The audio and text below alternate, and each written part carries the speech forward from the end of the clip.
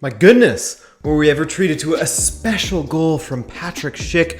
What's up, I'm Adrian, and welcome to Rabona TV's daily coverage of football. I hope you are enjoying your summer so far. If you're new, don't be afraid to join our community. Hit that subscribe button so you don't miss a video or live stream.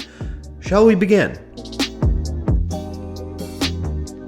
Scotland's moment finally came. After 23 years, they took to the pitch of a major tournament up against a side they will have been very familiar with.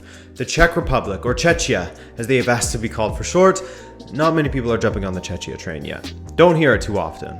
Maybe you do in more political circles, I don't know. But anyways, the opening exchanges were dominated by the Czechs. The Czechs just having a bit more class than Scotland, and Scotland only found joy in the attack when they would go down Andy Robertson's left flank, unsurprisingly. The man came so close to scoring, actually, as they had a couple of decent opportunities in the first half.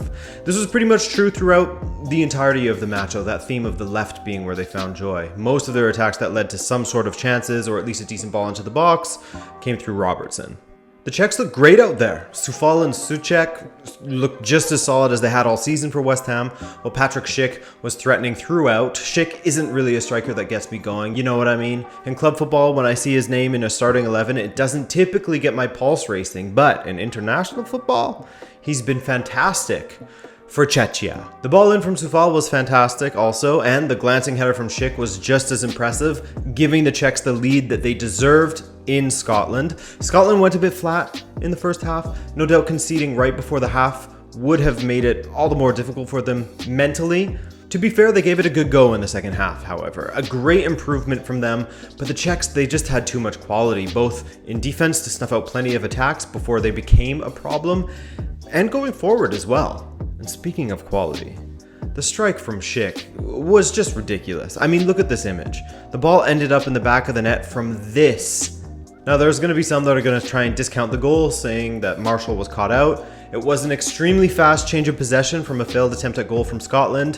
One pass forward to Schick, and he bangs it on the goal from the halfway line-ish. Sure, Marshall was wandering a bit, but take nothing away from Schick's strike. And he noted after the match that in the first half, he noticed how far up Marshall was pushing, so that's great awareness from him. And that goal broke the record for the furthest goal ever scored at a European Championship. His goal scored from 49 meters was scored 15 meters further out than the previous holder, Gordillo of Spain, who scored from 34 meters out against Denmark in 1988.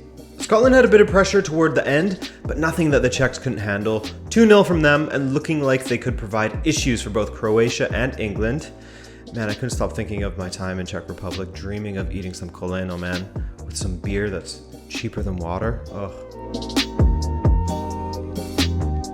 Early doors, this Poland versus Slovakia match had many of us thinking, it is the history of Poland to struggle in international tournaments, in spite of the talent they have in the squad.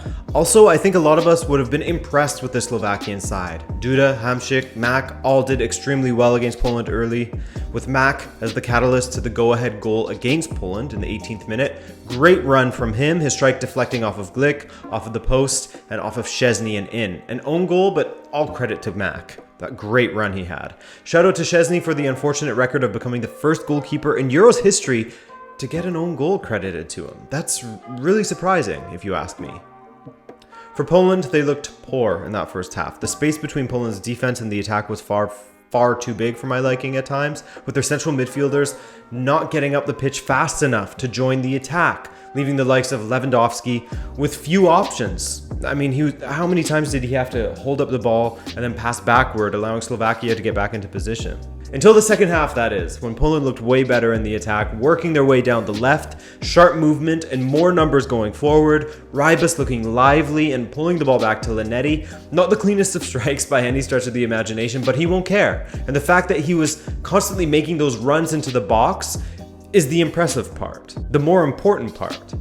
I noticed that in the first half, much of the attacking intent from Poland came down the right-hand side, but in the second, they evened that out a bit, looking more to Rybus down the left. Great work from him, and a great reaction overall as Poland started to impose themselves even more in that second half, and it looked as if they would go on to find a winner. That is, until Krakowiak got himself sent off. Not great from Krakowiak, especially as one of the leaders in this side, and his country was forced into playing a 4-4-1 formation from then on. How frustrating for them.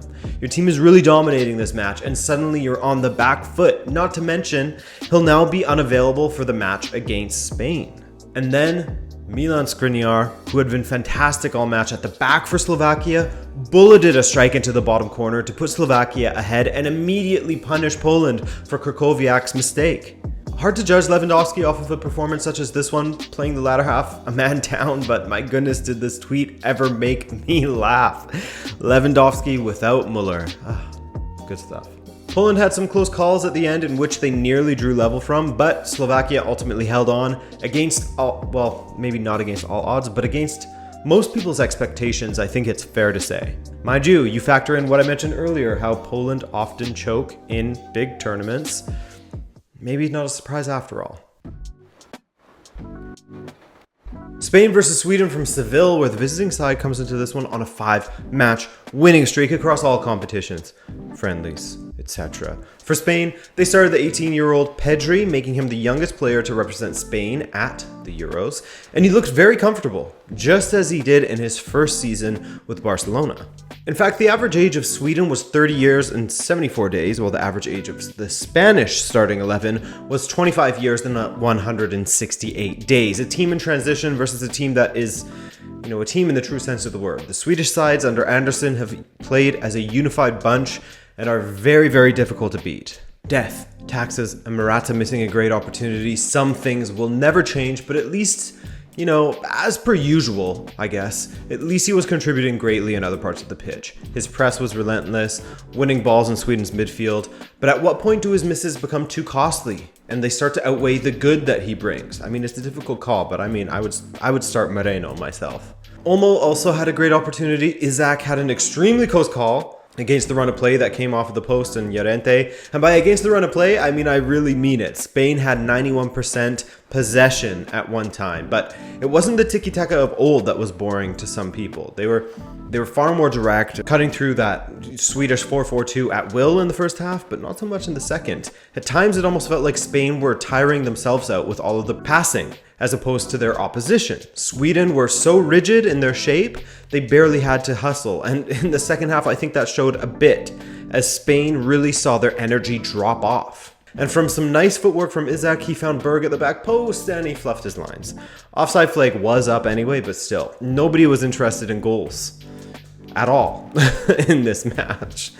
In fact, the first shot on target in this half, in the second half that is, didn't come until the 92nd minute, which was wild. Late on, Sarabia failed to get a foot on a Jordi Alba cross, and the match ended 0-0. Job done from Sweden, really. Got just what they wanted out of this match. And, they could have won it as well. Sweden, just as hard to beat as they've ever been. So as things stand, after one round of matches in Group E, we have Slovakia as the early leaders on 3 points, Spain and Sweden on 1 apiece, and Scotland. Alright guys, that's it. What did you think of the matches today? Did any of them let you down? Did a player in particular let you down? Did you have higher expectations of some teams? Do let me know. Fire away in the comments, and be sure to join me today for double watch along day. Yes, we're going to do Portugal-Hungary, see how Portugal looks up against the Hungarians in Budapest, 100% capacity crowd, and of course, we'll take in France versus Germany together as well. All right? Oof, I'm nervous. Take care.